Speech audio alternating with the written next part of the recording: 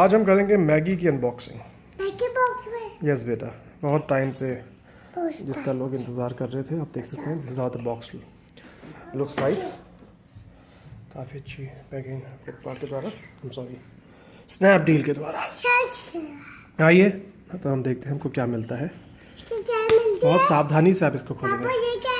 अगर आसपास आपके बच्चे हैं तो चाकू से ज़रा दूर रखा जाए। चाकू से दूर रखा जाए ऐसे होती है।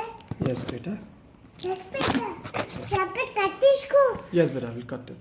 ओके इसको right, you see that? Touch मत करना। ओके, टच नहीं करेंगे। Now you can see. Cheers. Wow, what we have. Oh, super. See the excitement. Yay, Maggie is back. Maggie's back. Wow, wonderful packing.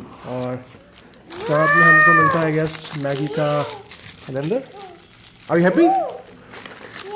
Wow. See this. We got 10 packs of Maggie. Yes, 12 or 10? First 10. So you can see our Maggie is back. Yummy. पापा मैं Maggi Wow. खाई मम्मा। Thanks for watching.